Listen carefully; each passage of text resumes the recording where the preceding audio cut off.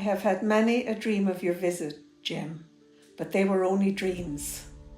Really, I thought all sorts of things, and each time the mailman came only to disappoint me.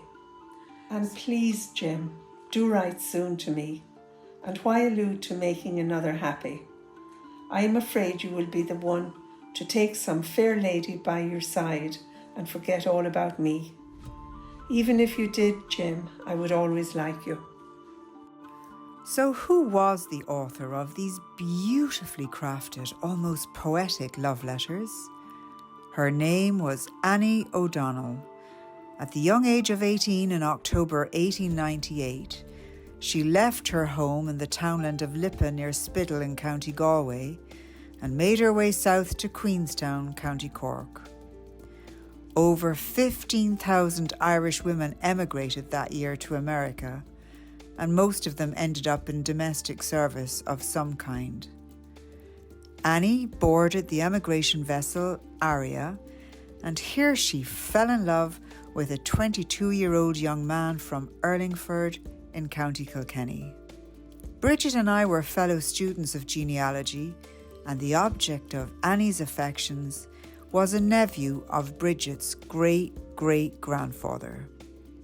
Her letters not only depicted love, but quite a lot of detail about life as a children's nurse in Pittsburgh.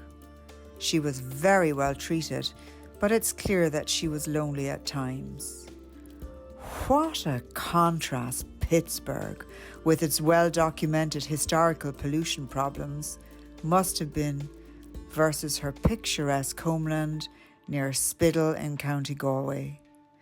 She also experienced what is the dread of every person far away from home, aging parents or relatives. I got my parents' pictures. I have waited a long time for that picture, but it made my heart ache when I saw the difference that a few short years has made. Yet I must not be complaining when I think of their advanced age. Nevertheless, I can never look at those dear faces without silently shedding a tear. So, Bridget, these letters are fascinating. Where did you get to know that they were in your family? I know you're big into genealogy and it was probably through that process, but where did you get to hear about them?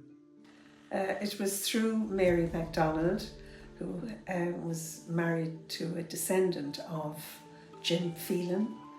And was Jim Phelan the object of this lady's love letters? Yes, okay, yes, all right. yes. So he was the husband or the husband-to-be in this. And yes, after 3 years of correspondence, ultimately they married. They had 8 children and 5 survived. God. And of those 5 children, 3 entered the religious life. Wow. One of them was Father Frank.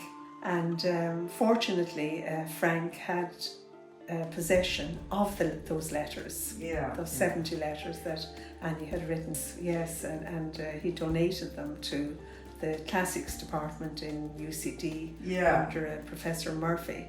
And she went on then to compile a book called My Fondest Annie from those letters. I think Jim wanted to keep those letters, even though Annie had said to him not to, that he was to destroy them. But she had this saying, about the importance of legacy in her life, and after she had died, he felt that perhaps this would be her legacy to her. So there was a journey back, wasn't it? She did come back to her native place, and it was both a sad but very interesting journey. So can you tell me a little bit about that? Her eldest son, James, died at the age of 5, and she was heartbroken. Now, the pattern apparently when people emigrated, that within about 4 years they would make a visit home. But Annie hadn't been home, and Jim encouraged her. She was absolutely heartbroken after the death of her little boy, and she brought with her John and Mary Gertrude to Ireland. And unfortunately, the little girl Mary developed diphtheria and died. And she is buried now in Spiddal with Annie's parents. Yes. And then what happened about her return journey? Amazingly, she and John were booked to return to America on the Titanic, but Annie's father, being a wise man, said not to go, to leave it. It was a new ship, and let somebody else try it first. Yes, that's so risky. So on Tuesday night, I gave full vent to my feelings when all were asleep. I was awake thinking of 1,000 things and found relief only in tears. I knew there was something beyond the ordinary, or you would have written. But you will come again someday, and even that is something to look forward to, for when pleasure reigns. There is a vacant place which none but one can fill.